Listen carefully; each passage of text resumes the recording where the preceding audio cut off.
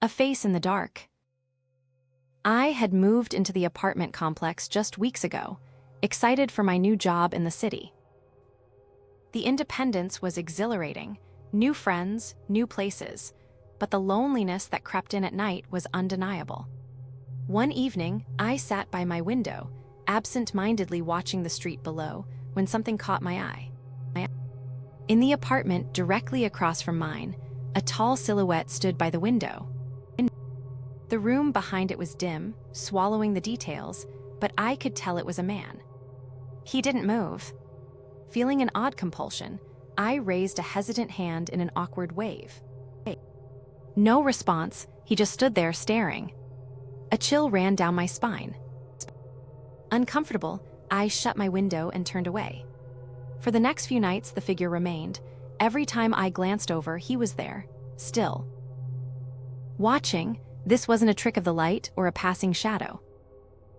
Someone was standing there night after night, facing my window. Dread settled in my chest. I decided to ask my real estate agent, who had arranged most of the rentals in the complex. He brushed off my concerns with an easy laugh. That flat, it belongs to the Stevens, a father and his teenage daughter. The guy's friendly. Maybe he just smokes by the window. That didn't explain the asterisk stillness. The asterisk unwavering stare asterisk. The unease gnawed at me until I couldn't take it anymore. That evening, I knocked on the door of the apartment. A man in his mid-40s answered. Behind him, loud music blared from one of the rooms. I introduced myself and hesitantly mentioned the figure in the window. He blinked, then chuckled. "Oh, wait here." A moment later, he returned, dragging a life-sized cardboard cutout of a famous TV star. My daughter's obsessed with him. "Got it for her birthday," he said with a shrug. "I'll put up curtains if it's bothering you." I forced a chuckle, muttered something about it being fine, and left. But the interaction left me unsettled. He had been polite, sure, but something felt off asterisk. He never invited me in. Days passed. I avoided my window entirely, pulling my curtains shut to block out the eerie silhouette. But one night, as I scrolled through my phone, a breaking news alert made my breath catch. A serial killer, long on the run, had been spotted at a nearby subway station.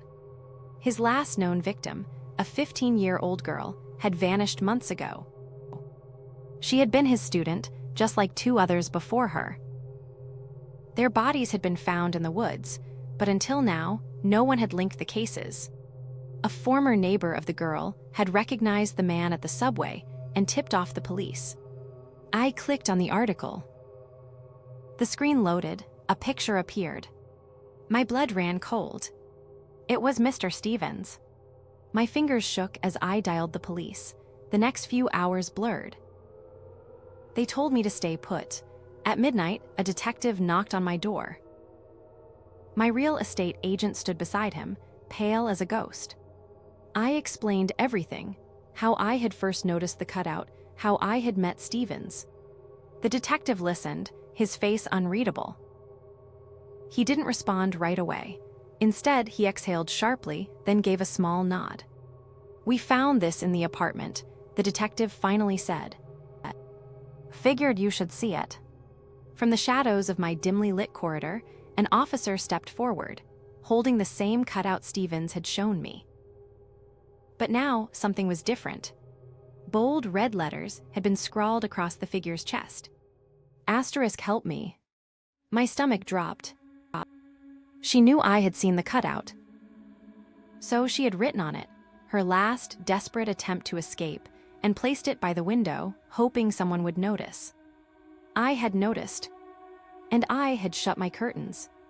Beneath it, in a steadier, mocking scrawl, there was another message. "If only you had looked closer. ////." I haven't opened my curtains since that night. The police cleared the apartment after a few days. No one ever came to claim what was left behind. No family, no friends. Just silence. No one has rented it since.